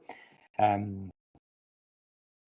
tu sais, j'ai peut-être un exemple qui me vient en tête. Mon Dieu, j'ai perdu un morceau. J'ai un exemple qui me vient en tête où je représentais un client, une grosse entreprise qui avait beaucoup de. C'était pas une très belle culture, OK? Dans le sens que c'était une culture où il y avait beaucoup, beaucoup de changements à l'interne, beaucoup de monde qui. On parle de très grosses entreprises, qui avait du monde qui rentrait, qui sortait, puis c'était vraiment. C'était un beau client à mettre sur ton CV, dans le sens que c'est gros. Ah, tu as travaillé là, waouh, ça c'est bon, parce qu'on veut Mhm. souvent, à tort ou à raison, avoir des gros noms sur son CV, puis c'était un gros nom. Euh, mais tu sais, c'était pas si fun que ça, travailler là, dans le sens que c'était pas valorisant, tu sais, ça bougeait beaucoup. Fait que tu sais, j'ai toujours été hyper, hyper transparent avec mes candidats. C'est comme ça aussi que j'ai bâti ma réputation avec le temps. Ça fait longtemps que je fais ça, puis je suis fier de mes accomplissements puis mon chemin parcouru parce que justement, je ne veux pas crosser personne.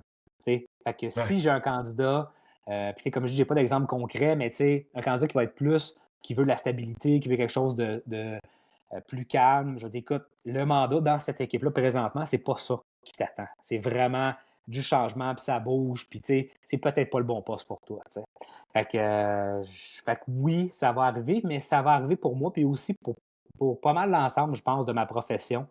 Parce que je pense qu'avec le temps aussi, en tout cas, c'est mon expérience aussi parce que je suis vieux à 45 ans, mais Ouais, on y pense un peu plus à pas juste closer le poste puis dire OK, on espère que ça passe puis c'est correct. Fait qu'on cherche ouais. plus à faire des bons fits maintenant sur le moyen long terme, puis pas juste closer le poste puis s'en laver les mains après. Hein.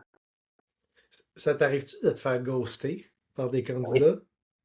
oui, Ça arrive, oui. est-ce que c'est souvent ou Ben, il faut dire que, ben, en fait, on va falloir qu'on définisse ce que veut dire ghoster, mais tu sais, je reviens avec mon 74, hein, c'est le chiffre du jour. Tu sais, c'est sûr que sur mes 74 messages, j'aurais pas 74 réponses. Là. Ça, c'est sûr, sûr, sûr. Fait que d'une certaine façon, non?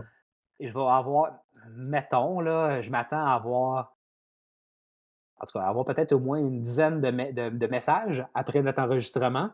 Il y a des gens qui vont me répondre plus tard, mais tu sais, il va au moins avoir la moitié minimum qui me répondront juste pas. Fait qu'est-ce que c'est du ghosting? Ben, Ben, d'une certaine voyons façon, ça plus. oui. Ouais. Tu sais, quelqu'un avec qui tu as établi, pardon, t'as établi la communication. Tu es entré en contact avec la Ouais. personne une première fois, de ce que tu Mhm. juges être la première étape dans ton processus à Ouais. toi. Puis le Ouais. candidat dit: ouais, ouais, ouais, je t'ai intéressé, c'est parfait. Puis là, tu poses des Ouais. questions. Puis là, bon, Ouais. là, c'est le après ça. Oui. Ben oui, OK. Fait qu'effectivement, je vais répondre aussi à ça, mais oui, on se fait ghoster. En fait, au même titre que des employeurs. Parce que ça Ouais. aussi, puis ça, j'ai l'impression que c'est encore pire. Parce que dans notre cas de recruteur, on est un intermédiaire. Fait qu'on est comme. Faut être humble pareil, mais on est comme moins important, dans le sens qu'on n'est que l'intermédiaire entre le client et le candidat. Il y a des clients qui se font ghoster, quelqu'un qui dit OK, qui fait l'entrevue, qui deuxième entrevue, qui signe le contrat. euh, Prends les références et tout ça. Parfait, tu commences le lundi dans 2 semaines, puis que le lundi matin, ben, il se présente pas. Puis là, tu l'appelles, puis il répond plus, puis il disparaît dans la brume. Ça, c'est du méga ghosting. Oh, C'est ouais. dégueu, là. C'est vraiment, vraiment laid. Je sais que c'est un enjeu de plus en plus commun. Il y a peut-être une question de génération aussi là-dedans, mais on en reparlera peut-être dans un autre podcast, ou tu en parleras avec un spécialiste des générations puis des différences, ce qui n'est pas mon cas, mais reste que je vois vraiment des différences aussi avec des fois avec l'âge ou la maturité des candidats, mais c'est commun pour les employeurs, mais ça arrive aussi de l'autre côté où il y a des candidats qui disparaissent dans la brume. Euh, Puis, tu sais, souvent, ce que je me dis, c'est qu'ils disent juste, bah, j'ai changé d'idée, tant pis. Tu sais, j'ai un candidat, moi, qui était super intéressant pour un poste, un gros poste de direction dans le domaine de la logistique, qui me dit, écoute, je suis vraiment intéressé par le poste. Parfait, écoute, ben, appelle-moi. Puis, il dit, OK, parfait, je t'appelle. Finalement, il ne m'appelle pas. Fait que je relance 3 jours après. Écoute, t'es-tu disponible? Voici mon numéro, tu sais, de nouveau. Lâche-moi un coup de fil.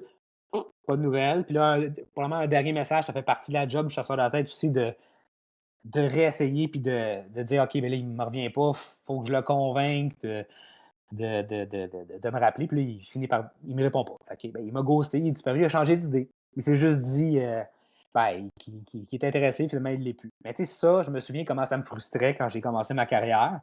Je suis rendu plus endurci avec ça maintenant. Puis, puis je dors un peu mieux avec ça, mais reste que oui, on se fait ghoster. Des candidats qui changent d'idée. Euh, ou qui sont pas fins, pas fiables aussi. Là. Ça, ça fait partie de la réalité, puis ça va Ouais. continuer d'arriver, malheureusement. Qu'est-ce que tu aurais à dire aux gens qui ghostent ou qui seraient tentés de ghoster? Ah, c'est une très, très mauvaise idée. Très, très mauvaise idée parce que les bons chasseurs de tête, de leurs qualités qu'ils doivent avoir, c'est une bonne mémoire. Parce que quand tu as un poste à combler, des fois, tu te dis ah oui, j'ai ce candidat-là que j'ai rencontré il y a 1 an. Il n'était pas vraiment en recherche d'emploi à ce moment-là, mais j'avais adoré ma discussion avec lui. Il a un profil qui fait super bien avec le client. Je l'appelle. Et ça, le premier réflexe quand tu as un nouveau mandat, quand tu es chasseur de tête, avant de dire hey, je vais le mettre sur Indeed, je vais l'afficher puis sur notre plateforme, puis je vais le mettre sur LinkedIn, c'est de dire OK, attends un peu. J'ai-tu quelqu'un qui fit pour ce poste-là? Mais ça, il faut que tu réfléchisses. Il faut que tu aies. Ben, la mémoire, c'est le premier exercice. Après ça, si tu es bien organisé, tu as peut-être une base de candidature, des candidats que tu peux contacter. Une chose que tu vas te rappeler, c'est les pas fins, puis les pas fiables. T'sais. Puis comme je l'ai dit, ça fait longtemps que je fais ma job. Mon blacklist, il existe là. T'sais, moi, j'ai une liste de candidats pas fins, pas fiables, qui ont été mauvais, qui ont été non professionnels. Puis là, je pourrais rajouter d'autres défauts ou d'autres éléments de leur personnalité. Mais ils sont bannis à vie, là, pour moi. Puis ils sont bannis à vie pour moi, ils sont bannis à vie aussi avec mon client. Fait que, le candidat, par exemple, que j'ai donné tantôt, l'exemple que j'ai donné tantôt, c'est un client pour lequel je travaille présentement, qui avait effectivement accepté un poste, qui devait se présenter le lundi, puis qui ne s'est juste pas présenté. C'est vraiment épais. C'est vraiment épais parce qu'il a juste changé d'idée. Non, mais c'est vrai, pareil. Il a changé d'idée, il s'est juste dit ah, je vais rester où je suis présentement. Il a eu une contre-offre de son employeur actuel, puis il décide juste de disparaître dans la nature. Mais tu sais, lui, il se brûle. Là. Moi, plus jamais je vais toucher à ce candidat-là, puis l'employeur aussi. Puis cet exemple-là, pourquoi il me marque un peu plus, c'est que c'est un employeur d'une région éloignée, c'est un bel employeur dans la région. Il pourrait peut-être dans 1 an, 2 ans, je dis hey, j'irais peut-être là finalement. Oublie ça, là. Oublie ça, là. Les entreprises ont des mémoires aussi, puis les candidats qui ghostent, qui font qui sont pas professionnels, pas respectueux, que ce soit pour quand ils acceptent un poste ou même une entrevue. Si tu te fais booker pour une entrevue, dis oui, je vais être là, puis tu décides de changer d'idée, c'est correct. Tu as le droit, mais avise. Sois un pro. Assume-toi. Puis honnêtement, que ce soit les recruteurs ou le client directement, ils vont comprendre. Les personnes qui vont être fâchées, vont être déçues peut-être, mais si tu dis, écoute, j'ai changé d'idée, je me rends compte que Simon, il avait essayé de me convaincre d'aller en entrevue, puis j'avais dit oui, mais là, je repensais à ça, puis je me rends compte que je ne suis pas prêt à un changement d'emploi. J'ai encore des objectifs à rencontrer dans mon poste actuel, fait que je vais me désister. Bien, ça, idéalement, tu ne fais pas ça 10 minutes avant l'entrevue. Tu fais ça d'avance, puis tu as le droit de changer d'idée. Mais si tu fais juste dire ah, j'irai pas, puis je le dirai pas à Simon, je le dirai pas au client, je vais juste pas y aller. C'est épais, ça. Faites pas ça. Faites pas ça Mais parce que il vous vous s'imagine, dans le brûlez. fond, c'est que. Il s'imagine qu'il n'y aura pas de conséquences, mais dans votre univers, à un moment donné, ça doit se parler, Ben, j'imagine aussi. ben Ou, tu sais. oui, oui, oui, ça se parle. Puis, on a la mémoire longue. Mais, il n'y aura pas de représailles ou de vengeance. Le candidat peut Ouais, faire ça, puis dire, gars, tant ouais, pis, ouais. mais humainement parlant, c'est ordinaire. C'est Hmm. comme, t'es pas fiable. Sois fiable, sois professionnel, puis si tu changes d'idée, avise, tu sais. Mais c'est malheureusement trop commun, puis pour tout type de poste, là. C'est pas uniquement pour Ouais. des postes d'entrée, il y a des postes professionnels, il y a des gens qui ont bien l'expérience, qu'importe la formation, le background, qui agiront pas comme des pros, puis c'est très regrettable. Puis à l'inverse, quand des candidats le font, moi, on dit que c'est le fun. Même si on a un candidat qui se désiste, ou qui se retire du processus, quand tu fais les choses intelligemment, tu le fais bien, En tout cas, tu sais, moi, ça me fait aimer ma job. Mais à l'inverse, ça me fait pas aimer ma job. Quand des choses comme ça arrivent, que j'ai un bon Ouais, candidat qui décide de se désister, qui fait un no-show ou qui ghost, que ça m'écoeure. Puis là, tu l'appelles, c'est puis il malheureux. répond plus, puis je suis comme, ça, là, c'est horrible.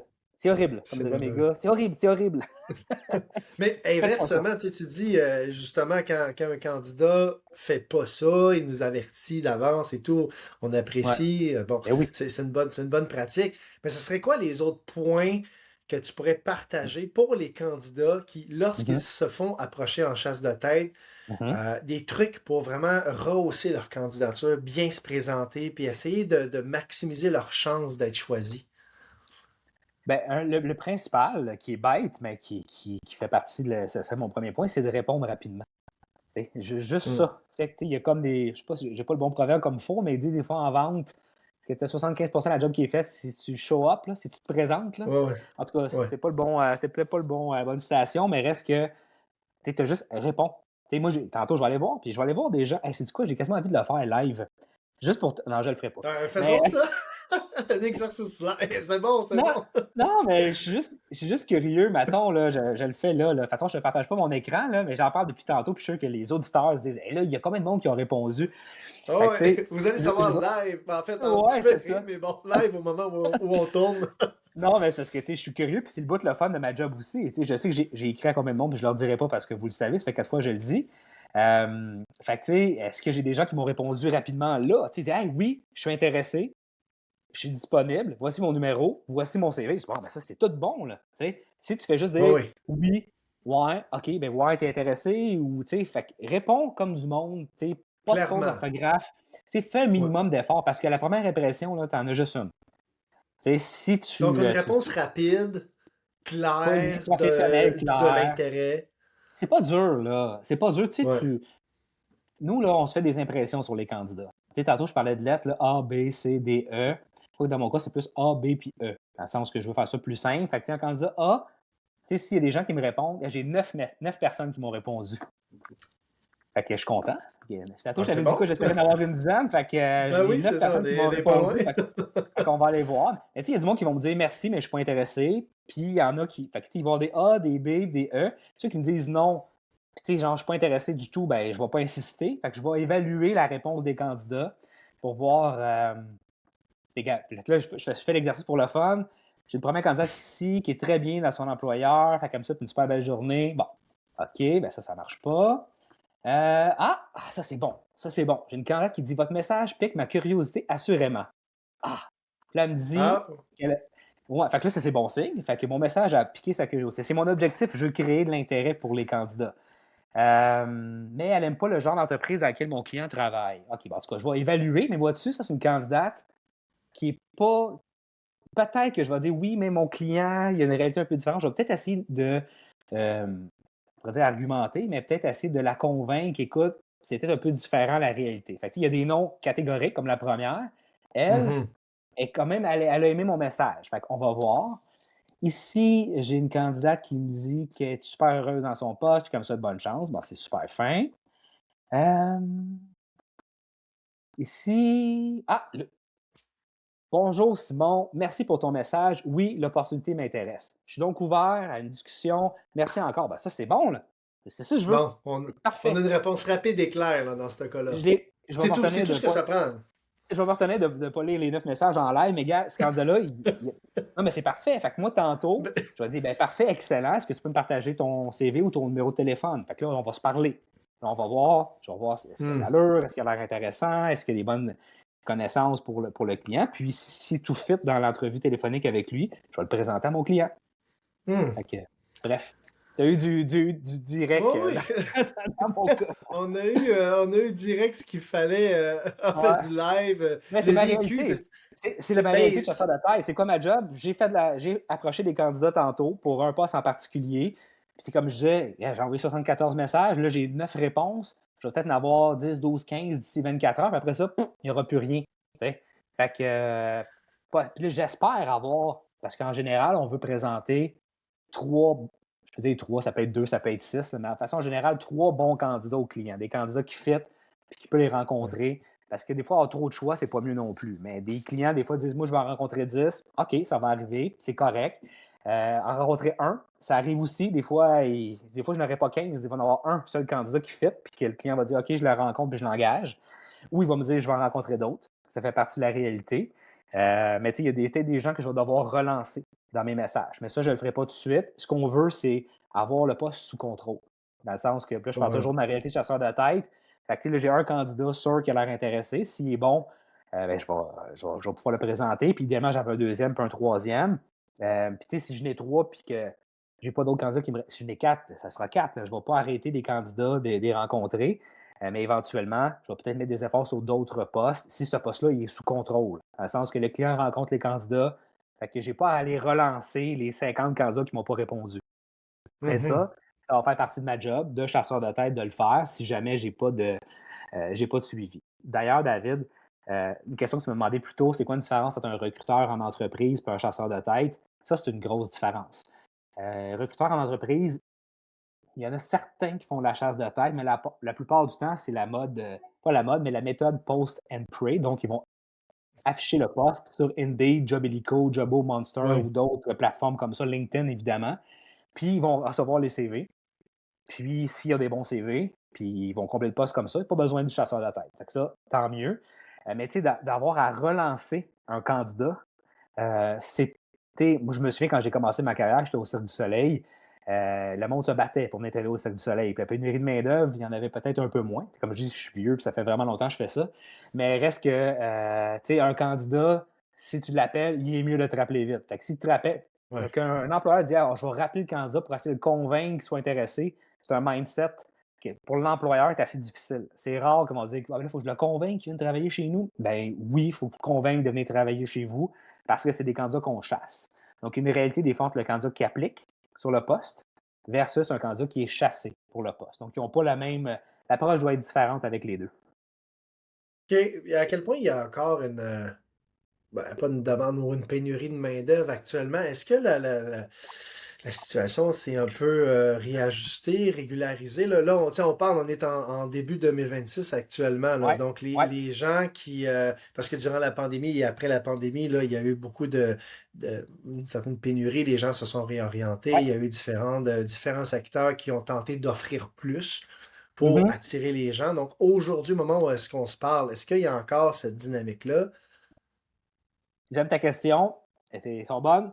Euh, j'ai un peu de misère à te répondre parce que OK. si tu poses la question à moi, je vais te donner ma réponse, puis tu pourrais la poser à d'autres recruteurs qui vont dire l'inverse de ce que je vais dire. Moi, je OK. pense que oui, il y a encore une pénurie de main-d'œuvre. Puis, c'est surtout une question de génération parce que les boomers sont à la retraite pour la plupart ou ils s'en vont vers la retraite. Puis, il y a une question de contexte économique. Présentement, février 2026, ben, ça va bien quand même dans l'économie québécoise. On n'a pas une récession, on n'a pas euh, les élections chez nos voisins du Sud ont perdu un peu de leur impact, comme ce qui s'était passé peut-être l'année passée, où ça avait ralenti les ardeurs de bien Mhm. des entreprises, parce que c'est la réalité. Puis évidemment, ça dépend du type de poste que tu as à combler. Il reste que la complexité d'un recrutement réussi maintenant est beaucoup plus difficile qu'il y a bien des années où on embauchait quelqu'un qui restait dans l'entreprise jusqu'à la fin de sa carrière. Fait que, maintenant, que ce soit les milléniaux ou les générations Y, c'est la même affaire. Les Z, c'est ce que je voulais dire. Ils ne resteront pas 25 ans dans la même entreprise. Ils vont changer. Fait qu'il va y avoir du roulement qui va se faire. Puis les attentes des clients et des candidats sont élevées. On est exigeant sur ce qu'on. Un candidat est exigeant sur ce qu'il veut. Oui, il veut aimer sa job, il veut aimer ce qu'il fait, il veut aimer son boss, il veut aimer ses collègues, il veut dans une culture d'entreprise qui lui ressemble, il veut être bien payé, il veut avoir des avantages, il veut être en télétravail. Les candidats sont très exigeants, plus qu'il y a 30 ans, où des fois, tu haïssais ton boss, mais c'est pas grave, je fais mes heures, puis j'ai ma retraite dans 7 ans, je vais te faire un job. C'est beaucoup moins fréquent de nos jours d'avoir des candidats qui ont ce mindset-là. Puis les employeurs, ben, ils sont exigeants. Ils sont pas dit, ah, on va le prendre, on va l'essayer, on va le former, puis on va faire. Fait que, tu sais, souvent, fait que moi, je pense que ça va toujours être difficile de recruter. Est-ce qu'il y a de la pénurie de main-d'œuvre? Moi, j'ai envie de dire oui. Euh, Puis tant que le balancier générationnel ne sera pas recalibré, je pense qu'il y en a encore pour quelques années encore où ça va être difficile de recruter avec facilité. OK. C'est intéressant ton point de vue. Parce qu'effectivement, c'est pas tous les experts nécessairement qui s'entendent plutôt pour Ouais. Il y en a qui avoir le disent: même «Ah oui, discours. Donc, c'est fini, ben la oui, pénurie, ça va super bien». Mais c'est vrai que de façon derrière nous, générale, dans certains types de postes, c'est un peu plus simple, ouais, peut-être. Il y a plus de gens, mais tu sais, il y a aussi, les technologies qui aident les employeurs à mieux travailler, peut-être, à être plus efficaces. Hem, Fait que, tu sais, la pénurie est moins d'envergure aujourd'hui qu'elle l'était il y a 3 ans, 4 ans, ça, c'est sûr. Mais je pense quand même que pour plusieurs années, ça ne sera pas simple de recruter. C'est un peu ce que je vais nuancer mon je propos, comprends. mais c'est un peu ce que je veux dire, là. Je comprends, je comprends. Avant de terminer, Simon, j'ai une dernière question pour toi. Vas-y. Est-ce qu'il y a quelque chose par rapport à la chasse de tête que les gens ne connaissent pas et que tu aimerais leur apprendre? Hem, j'en ai parlé un petit peu tantôt. Le côté business, il est très présent pour les chasseurs de tête. Puis c'est une réalité que les candidats, même les employeurs, sont pas tant au courant. Tu sais, moi, je suis à mon compte, je suis seul, fait que j'ai pas cette réalité-là. Il reste que, bon, je vais mettre du pain sur ma table.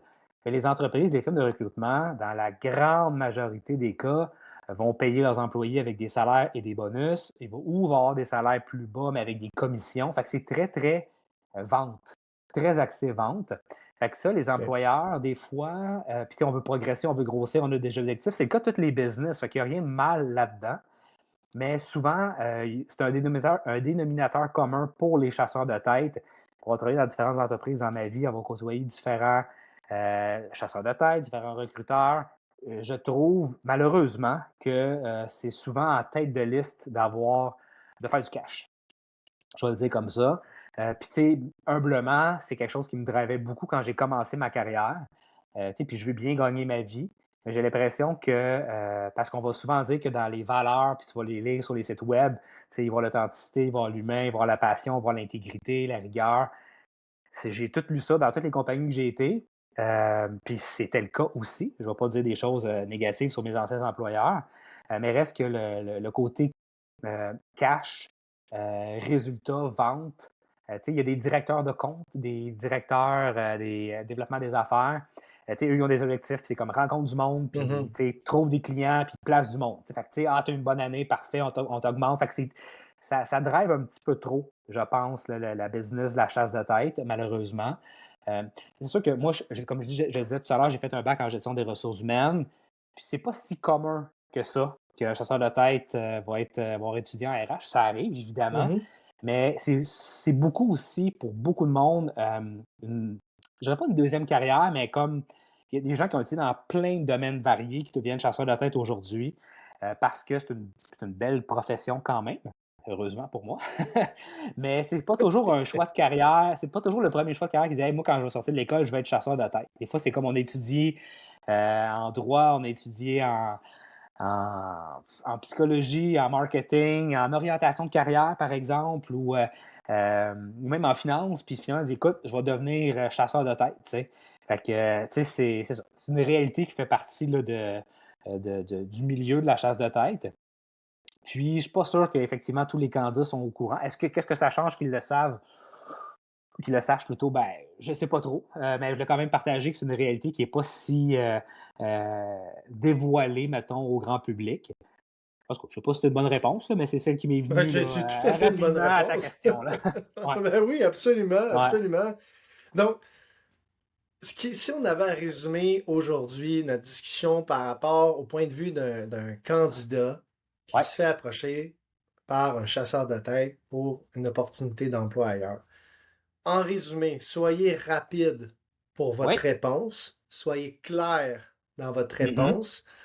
Préalablement à ça, mettez votre profil LinkedIn à jour, hein, un ouais, profil qui est clean, qui est assez ouais, détaillé, ouais, peut-être réfléchir, j'imagine, en termes de mots-clés sur ce qui vous avez Oui, fait, sur ce que potentiellement vous souhaiteriez faire. Tu parlais d'un exemple avec l'ingénieur un petit peu plus tôt, ouais, ben, de le marquer clairement. Puis oui, ensuite de ça, ben, c'est simplement de rester professionnel durant tout le processus, de se pointer en entrevue, de si on a on n'a plus envie ou si on a un pépin de téléphoner ou du moins d'avertir d'une manière ou d'une autre. Donc, de demeurer professionnel puis de garder, si on veut, ses chances au plus haut niveau, là. ouais, c'est bien résumé. Puis je dirais aussi que faut que les candidats voient un recruteur, chasseur de tête, comme un allié dans leur recherche d'emploi. Tu sais, soyez pas échaudés. Tu sais, ça peut arriver qu'un recruteur vous contacte que tu te dis, ben écoute, c'est pas ça pantoute qui m'intéresse. Fait que s'il y en a un deuxième qui vous écrit, il ne faut pas dire, ah ben j'ai eu une mauvaise expérience une fois avec un chasseur de tête, un recruteur, fait que ça va être mauvais nécessairement. Voyez-le pas comme ça. Tu sais. Chaque recruteur est différent. Il y a une question de timing, une question du client aussi. Tu sais, moi, je suis le même recruteur. Des fois, je contacte des candidats. Puis, tu sais, ma relation avec mon client est super solide. Puis, je sais que ça va être super rapide pour avoir des nouvelles. Comme l'exemple de tantôt que j'ai donné. Je sais que ma cliente, elle va me revenir très rapidement. Mais j'ai des candidats que c'est pas des candidats, mais des clients pour qui c'est plus long aussi. Puis, des fois, j'ai moins de contrôle, j'ai moins d'informations. Donc, c'est toujours différent. Fait qu'il faut voir, faut que les candidats voient les chasseurs de tête comme des alliés pour les aider dans leur processus, puis qu'ils soient aussi fins avec eux qu'avec des employeurs potentiels. Ça va juste les aider, dans le fond, à avoir un poste à leur goût, puis les aider à relever de nouveaux défis dans, C'est bon. dans Merci leur pour carrière. la petite, le Coupé! petit moment publicité. Ouais, c'est ça. Il n'est pas payé pour ça, là. Ouais, non, pas du tout, pas du C'est tout. ça. Je le fais de bon cœur, Merci, David. merci Simon. Avant de se quitter, s'il y a des gens, bon, là, évidemment, les gens, les candidats ne peuvent pas nécessairement t'approcher là, pour se faire placer, Ben, mais ils s'il y peuvent a approcher, mais comme je dis, on ne sait jamais, ça va peut-être arriver là, mais tu sais, ben c'est peut-être. peut-être. Mais s'il y a des employeurs, par exemple, qui nous écoutent, qui seraient intéressés par tes services, comment ils peuvent te rejoindre? Ben, je vais te partager mon cellulaire en direct, 514-679-7077. Donc, ça, c'est assez simple. Mon entreprise, ben, c'est Maverick RH. Donc, on peut me trouver facilement sur LinkedIn. J'ai une belle page qui est assez bien montée, je dirais. Puis, je m'appelle Simon Clément, donc j'ai mon site web aussi. Donc, c'est assez facile là, de me rejoindre. Parfait. Ben merci Simon. Donc, ces informations-là, on va se retrouver dans la description de l'épisode du podcast. Donc, vous aurez accès à ça pour celles et ceux qui sont intéressés. Soit poursuivre la discussion avec Simon ou faire affaire avec lui pour différents mandats de chasse de tête. Donc, merci Simon pour cet épisode fort intéressant. Moi, j'ai appris bien des choses. Je suis Ben, tant certain mieux. que je ne suis pas le seul. Puis merci encore pour ton temps. C'était franchement intéressant. Ben, génial, David. Écoute, merci pour toi. Merci de ton temps. Puis, bonne chance pour la suite. Ben merci. Bye bye. Salut là.